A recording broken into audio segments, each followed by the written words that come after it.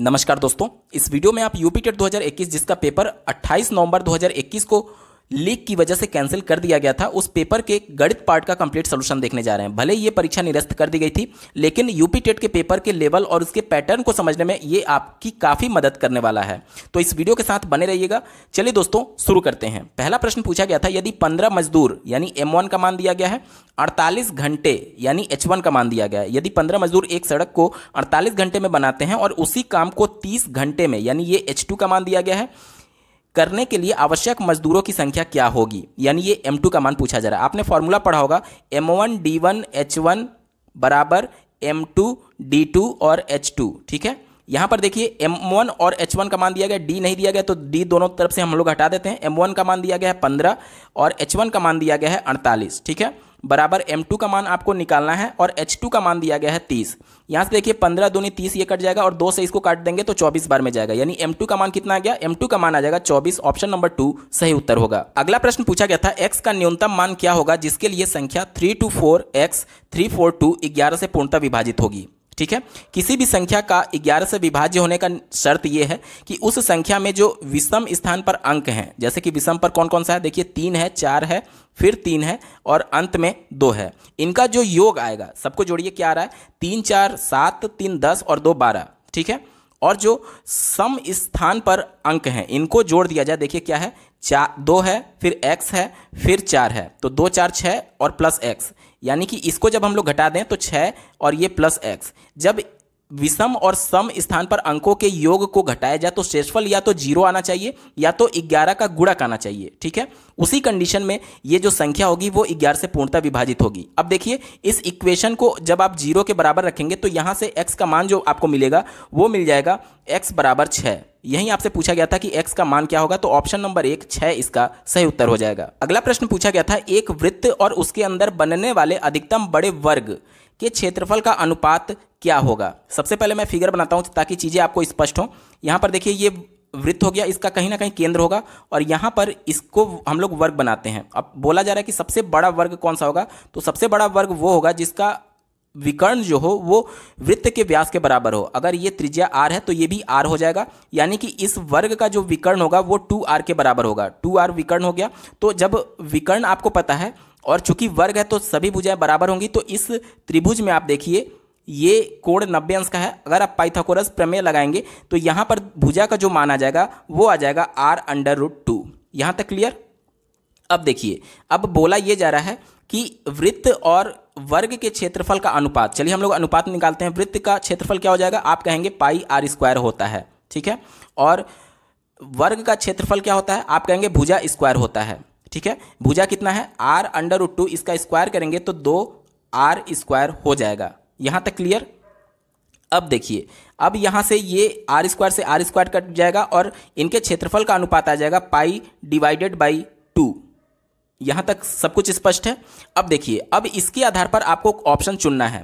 पहला कहा जा रहा है कि वृत्त की त्रिज्या से समानुपाती होती है, यानी कि जो हमारा अनुपात मिला है π/2, इसमें कहीं त्रिज्या का नामो निशान है, r आ रहा है, नहीं आ रहा है, तो इसके समानुपाती नहीं होती है। ऑप्शन गलत हो गया।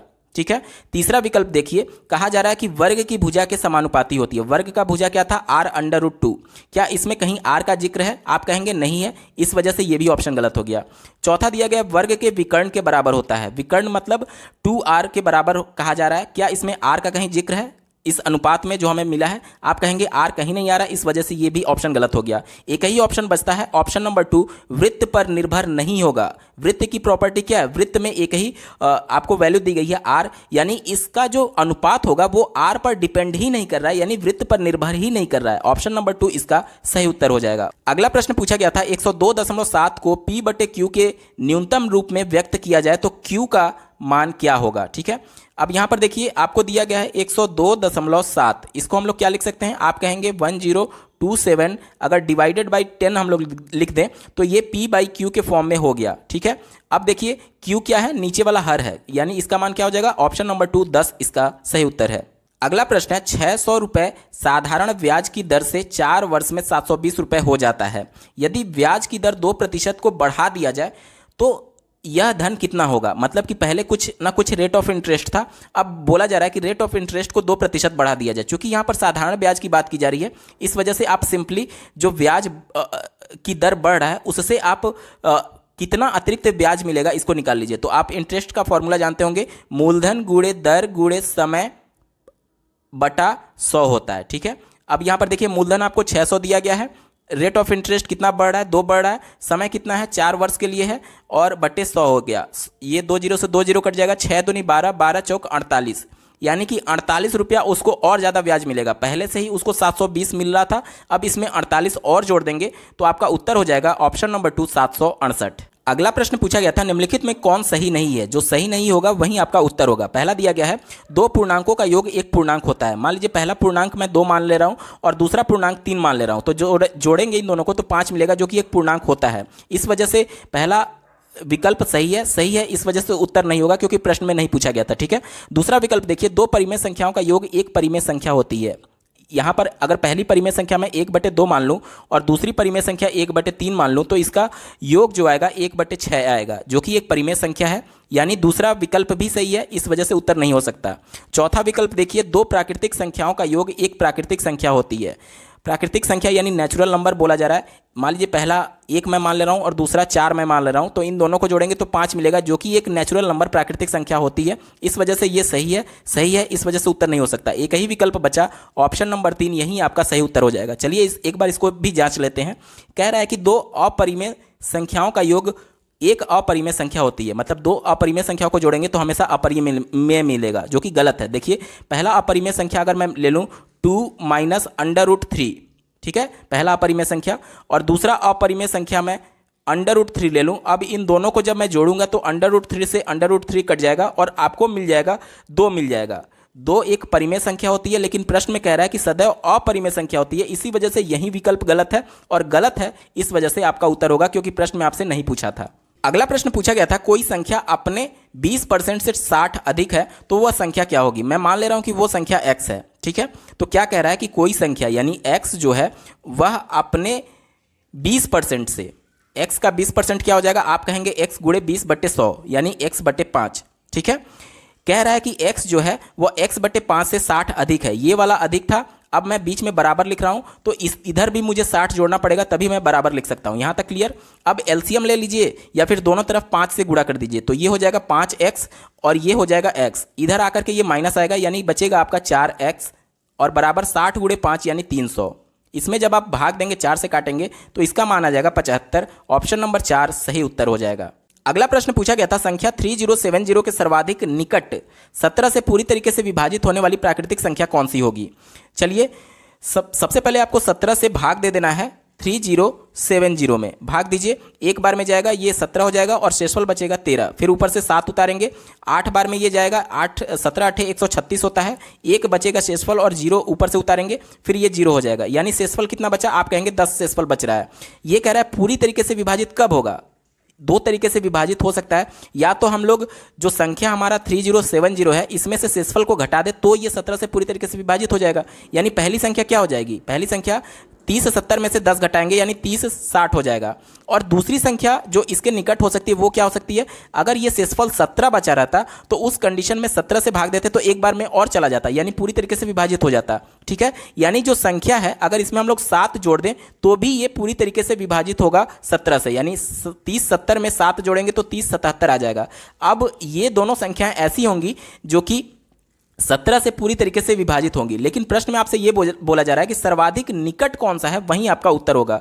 अब 3070 के निकट कौन सा है, देखिए ये 10 कम है और ये 7 ज़्यादा है, निकट यही हुआ क्योंकि ये 7 का डिफरेंस है 3070 और 3077 में, इस वजह से आपका उत्तर हो जाएगा ऑप्शन नंबर 3 3077। अगला प्रश्न पूछा गया है कि क्रय मूल्य और विक्रय मूल्य का अनुपात 5:4 दिया गया है, तो हानि प्रतिशत बताइए।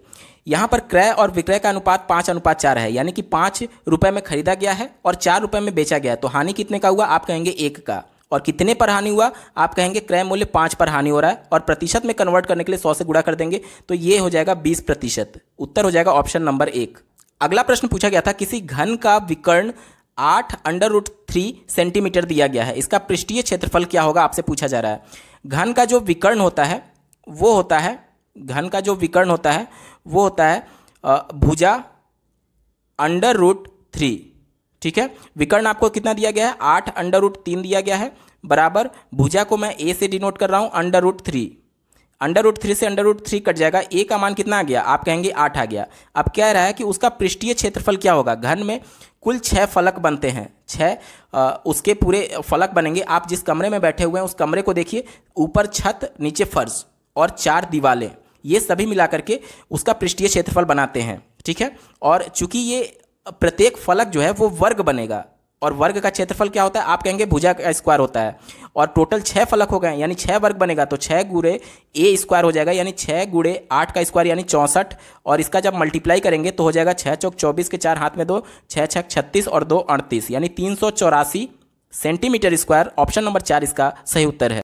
अगला प्रश्न पूछा गया था, एक वृत्त में 120 अंश के खंड का क्षेत्रफल 66/7 सेंटीमीटर है, तो वृत्त का व्यास क्या होगा। वृत्त खंड का क्षेत्रफल दिया गया। सबसे पहले वृत्त खंड को समझिए। मान लीजिए ये एक वृत्त है और यहाँ से एक पार्ट डिवाइड किया गया है और ये कोण 120 अंश है। ठीक है, तो ये पूरा जो एरिया होगा उसका क्षेत्रफल आपको मान में दिया गया 66/7। तो पूछा जा रहा है इस वृत्त का जो व्यास होगा वो कितना होगा। ठीक है, अब देखिए वृत्त का क्षेत्रफल क्या होता है, आप कहेंगे πr² होता है, सबको पता है। लेकिन अगर इतने एरिया का वृत्तखंड का क्षेत्रफल निकाला जाए तो ऊपर हो जाता है थीटा, जिसका मान आपको 120 अंश दिया गया है, और नीचे हो जाता है 360। ठीक है, अब देखिए इसका मान कितना दिया गया है, आप कहेंगे 66/7 दिया गया है। अब सबकी वैल्यू रख दीजिए, सबकी वैल्यू दी गई है। पाई का मान हो जाएगा 22/7, r² को रहने दीजिए, और 120 को 360 से काट देंगे तो 3 हो जाएगा, तो यानी कि r²/3 हो जाएगा, और इक्वल टू 66/7 हो जाएगा। ये पूरा इससे कटेगा 3 बार में। ठीक है, और यहाँ पर देखिए क्या बच जाएगा, r² बराबर 3 का इधर मल्टीप्लाई कर देंगे तो 3 गुणे 3 यानी कि 9, तो इसका मान आ जाएगा, r का मान आ जाएगा 3। और चूंकि आपसे प्रश्न में डायमीटर पूछा था तो डायमीटर होता है 2r, यानी कि 3 गुणे 2 यानी कि 6 सेंटीमीटर। ऑप्शन नंबर 4 सही उत्तर हो जाएगा। अगला प्रश्न पूछा गया था, किसी वर्ग के विकर्ण को दुगना कर दिया जाए तो क्षेत्रफल क्या होगा। ठीक है, मान लीजिए पहले एक वर्ग है। ठीक है, ये एक वर्ग हो गया, इसका विकर्ण पहले d था।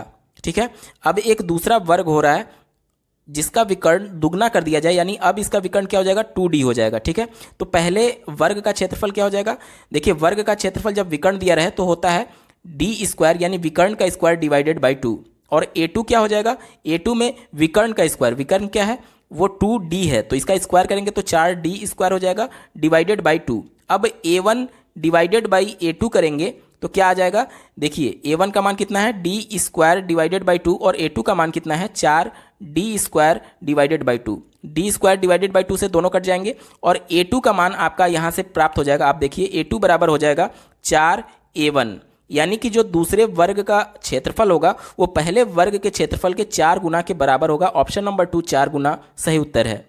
अगला प्रश्न पूछा गया था, विनय एक घड़ी 75 रुपए में बेचता है, यानी कि सेलिंग प्राइस आपको दिया गया है जिस मूल्य पर वो बेच रहा है, जिससे उसे घड़ी की लागत कीमत के बराबर प्रतिशत लाभ होता है। मान लीजिए वो x रुपए में घड़ी खरीदा था, तो 75 रुपए में बेचने पर उसको x पर x% का ही लाभ हो रहा है, ये प्रश्न में बोला जा रहा है। तो पूछ रहा है तो घड़ी की लागत मूल्य क्या होगी।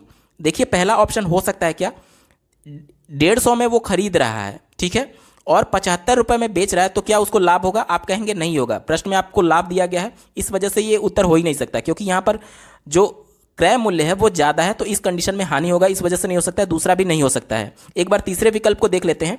कह रहा है कि 60 में खरीद रहा है और उसी के बराबर यानी 60% ही, 60% का मतलब क्या हो गया, क्रय मूल्य का 60% आप निकालेंगे तो हो जाएगा 3/5, ठीक है, यानी कि जब आप इसको काटेंगे तो 12 तियां 36 हो जाएगा, और 60 + 36 यानी कि 96 आ जाएगा, यानी सेलिंग प्राइस 96 होना चाहिए, जो कि प्रश्न में आपको 75 दिया गया है, इस वजह से नहीं हो सकता। एक ही ऑप्शन बचा, ऑप्शन नंबर 4, जो कि आपका सही उत्तर होगा। एक बार क्रॉस वेरीफाई कर लेते हैं। देखिए बोल रहा है लागत कीमत के बराबर प्रतिशत लाभ, लागत मूल्य इसका 50 था, अब 50 का 50% यानी 25 रुपया होगा, और 50 और 25 मिलकर के 75 रुपया उसका सेलिंग प्राइस था। यही उत्तर सही होगा, ऑप्शन नंबर 4 50।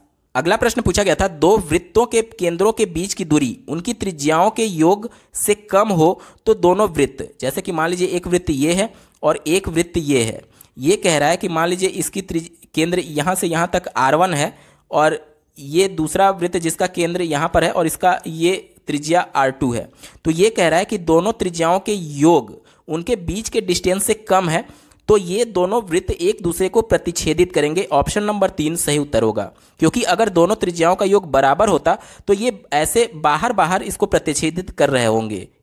क्यों? क्योंकि ये और ये अगर दोनों बराबर है, तो कहने का मतलब अगर ये दोनों बराबर है इसके और इसके जोड़ के, तभी तो ये बाहर बाहर स्पर्श करते। लेकिन चूंकि ये कह रहा है कि कम है, यानी कि ये वाला कंडीशन बनेगा और ये एक दूसरे को प्रतिच्छेदित करेंगे। ऑप्शन नंबर 3 इसका सही उत्तर हो जाएगा। अगला प्रश्न पूछा गया था, अंक विन्यास जो यहां पर दिया गया सीरीज, इसमें विलुप्त संख्या क्या होगा? डैश में आपको भरना है।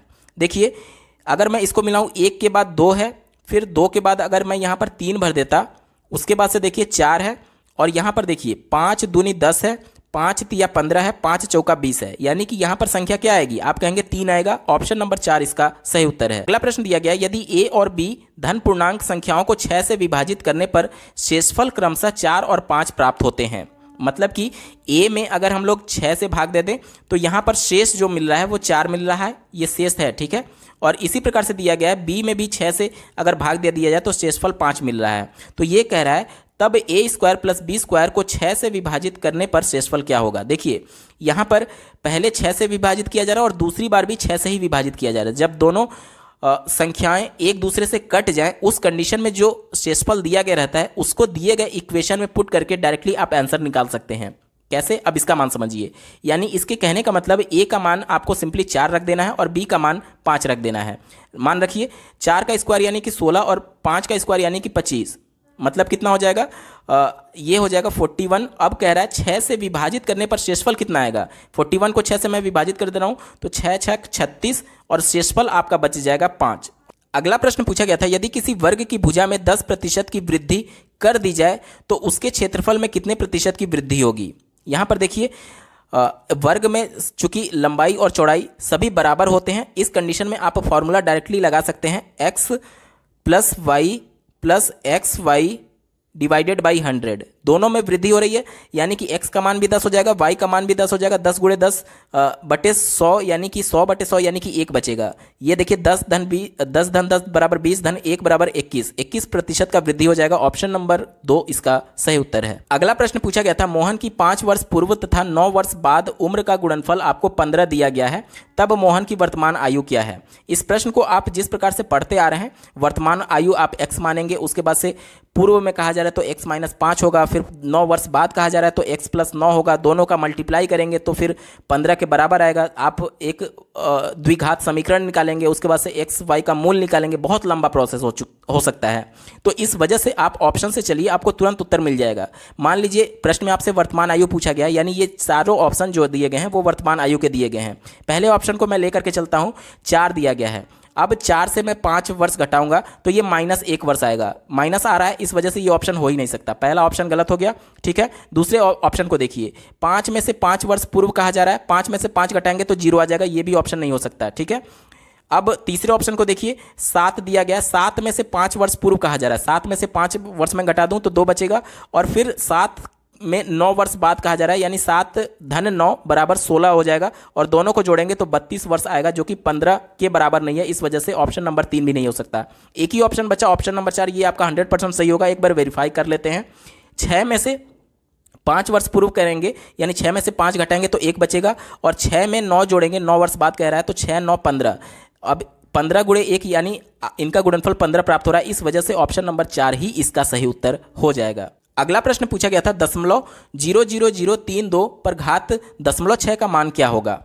आप लोग जानते हैं कि 2 पर घात 5 अगर मैं कर दूं, यानी 2 गुणे 2 गुणे 2 गुणे 2 गुणे 2 कर दूं तो देखिए 2 दूनी 4 दूनी 8 दूनी 16 दूनी 32, ठीक है। यानी 2 पर घात बराबर 32 होगा। अब यहाँ पर देखिए दशमलव के बाद 1 अंक, 2 अंक, 3 अंक, 4 अंक, 5 अंक, यानी इसको मैं क्या लिख सकता हूँ? 0.2 पर घात 5 लिख सकता हूं। यहां तक क्लियर? अब देखिए इस ओवरऑल पर घात 0.6 है, 0.6 को मैं क्या लिख सकता हूं? आप कहेंगे 6/10 लिख सकते हैं, ठीक है। और 6/10 को मैं 2 से काट दूं तो आपका बचेगा 3/5।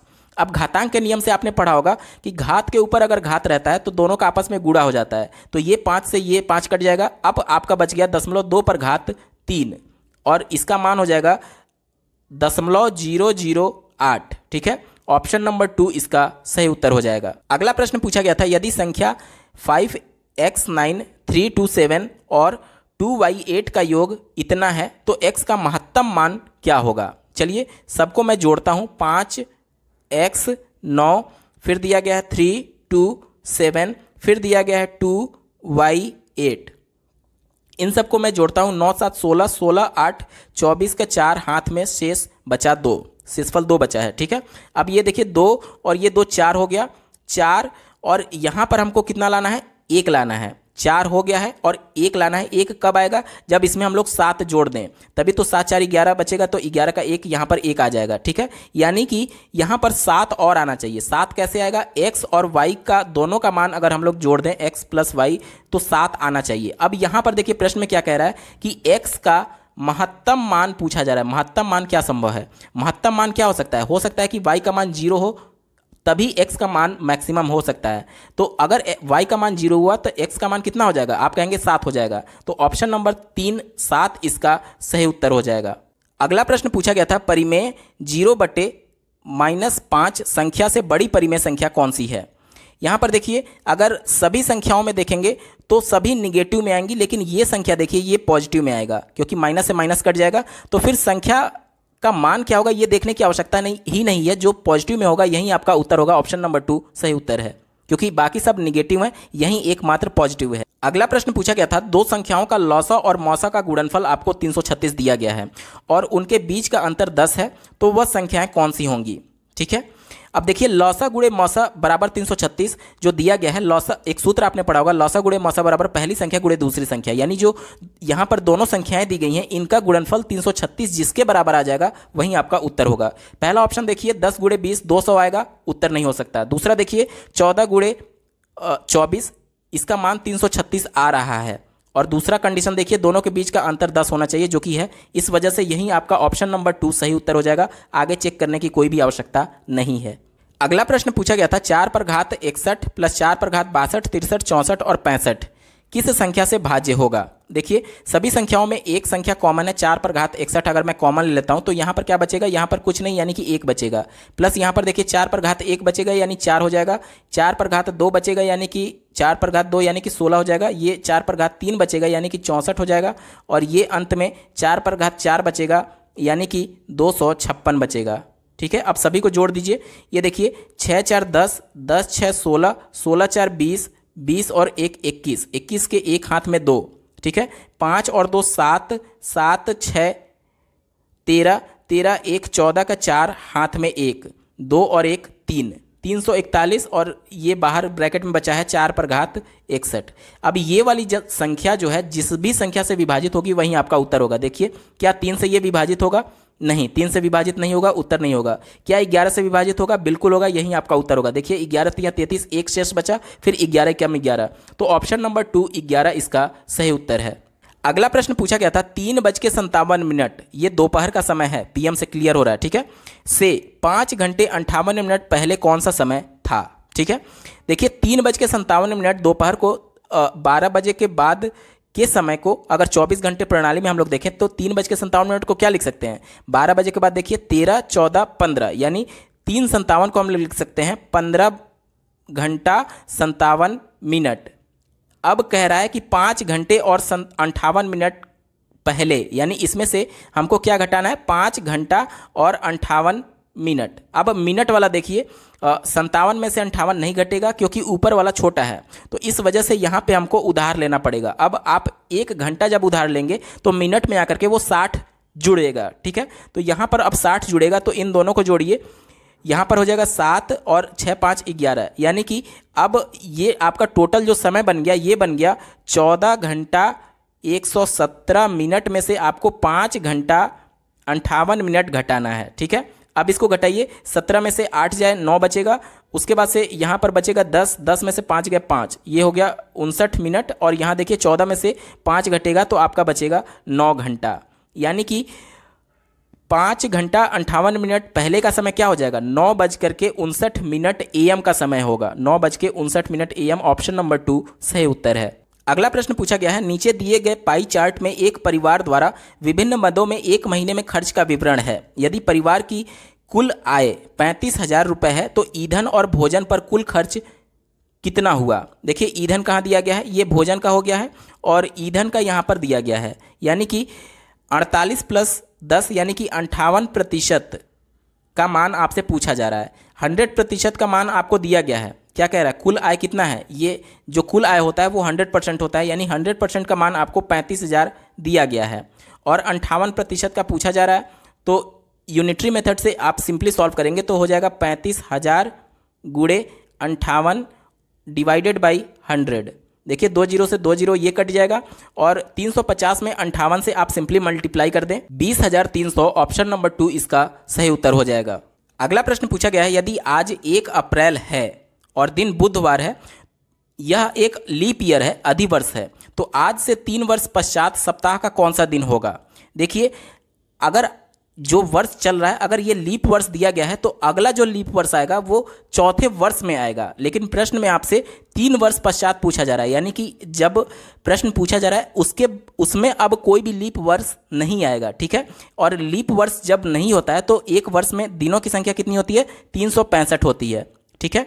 अब चूंकि ये वाला जो वर्ष है ये लीप वर्ष था, लीप वर्ष का मतलब क्या हुआ, फरवरी में 29 दिन, ठीक है। लेकिन ये जो गणना करना है आपको वो अप्रैल से करना है, 1 अप्रैल से करना है। तो भले ही ये लीप वर्ष था लेकिन इसमें 366 दिन नहीं होंगे। क्यों, क्योंकि फरवरी तो बीत चुका है, फरवरी के बाद का आपसे दिया गया है, अप्रैल से दिया गया है। तो इस वजह से जो ये वर्ष वर्तमान में चल रहा है जिसके बारे में बोला गया है उसमें दिनों की संख्या 365 हो जाएगी। उसके बाद से अगले वर्ष भी 365 होगी और उसके अगले वर्ष भी 365 होगी। क्यों, क्योंकि चौथे वर्ष में लीप वर्ष अपने आप को रिपीट करता है। यहां पर मैं क्या कर रहा हूं, तीनों वर्षों को मिला करके टोटल कितने दिन होंगे ये मैं कैलकुलेट करना चाह रहा हूं। तीनों को जोड़ दीजिए, 5 × 15 के 5, हाथ में 1। अब देखिए 7 6 13 6 19 के 9, हाथ में 1, 3 × के 9 और 1 10, 1095 टोटल दिन हो जाएंगे। अब इसमें मैं ऑड डे की संख्या निकालना चाहूँ तो इसे 7 से भाग दे दूंगा, 7 एकम 7, ठीक है। 3 शेष बचा, 39 हो गया, 7 पचे 35, ठीक है। फिर 4 शेष बचा, 45 हो गया, 7 छक 42, 3 शेष बच गया। यानी कि बुधवार से हम लोग चले थे, बुधवार से 3 दिन आगे देखिए, बृहस्पतिवार, शुक्रवार और शनिवार, यानी कि 3 साल बाद सप्ताह का कौन सा दिन होगा, आपका उत्तर हो जाएगा शनिवार। देखिए 3 शेष बचने के बाद से हम लोग बुधवार से चलेंगे आगे 3 दिन, बुधवार से आगे 3 दिन, देखिए बुधवार से अगला दिन बृहस्पतिवार, उससे अगला शुक्रवार और तीसरा दिन शनिवार पड़ेगा। इस वजह से ऑप्शन नंबर 3 सही उत्तर है। अगला प्रश्न पूछा गया था, दिए गए न्यून कोण के पूरक एवं संपूरक कोणों का अंतर है। संपूरक कोण क्या होता है, मान लीजिए मैं यहाँ पर मान ले रहा हूँ न्यून कोण की चर्चा की गई है, मान लिया मैंने कि न्यून कोण x है, ठीक है। तो x का संपूरक कोण क्या हो जाएगा, 180 में से इस कोण को घटा देंगे तो यही संपूरक कोण होगा x का। ये कह रहा है संपूरक कोण और पूरक कोण का अंतर। और पूरक कोण क्या होता है, तो इसमें से 90 में से अगर इस न्यून कोण को घटा दिया जाए तो ये इसका पूरक कोण होगा। कह रहा है दोनों का अंतर क्या होगा, देखिए क्या होगा, यहाँ से देखिए माइनस का जब अंदर मल्टीप्लाई होगा तो -90 हो जाएगा और ये +90 में कन्वर्ट हो जाएगा, क्योंकि माइनस माइनस मिलकर के प्लस हो जाएगा। जब ये प्लस x हो जाएगा तो ये इससे कट जाएगा और बचेगा 180 - 90, यानी कि आपका उत्तर हो जाएगा 90 डिग्री। ऑप्शन नंबर 2 इसका सही उत्तर है। अगला प्रश्न पूछा गया था, कितने समय में वार्षिक ब्याज की दर 16.3% की दर से साधारण ब्याज मूलधन का 5/6 होगा। मान लीजिए मूलधन P है, ठीक है, तो साधारण ब्याज क्या कह रहा है, I जो होगा वो क्या हो जाएगा, मूलधन का यानी P का 5/6 होगा। यही प्रश्न में दिया गया है, ठीक है। अब चलिए इसी को रख करके हम लोग इक्वेशन को सॉल्व करते हैं। आपने इंटरेस्ट का फॉर्मूला पढ़ा होगा, इंटरेस्ट बराबर मूलधन गुणे दर गुणे समय डिवाइडेड बाई 100। सबका वैल्यू दिया गया, आप पुट करिए। P इंटरेस्ट का वैल्यू क्या है, P गुणे 5/6, ठीक है। और यहाँ पर प्रिंसिपल आपको P दिया गया है, रेट ऑफ इंटरेस्ट आपको कितना दिया गया है, 16 × 48 और +2 जोड़ेंगे तो 50/3 दिया गया है, ठीक है। गुणे T कितना दिया गया है, कितने समय में, समय पूछा जा रहा है यानी T को ऐसे ही रख देंगे और 100 ये हो जाएगा, ठीक है। ये 2 बार में कट जाएगा और नीचे 3 नीचे आ जाएगा यानी 6 हो जाएगा, ठीक है।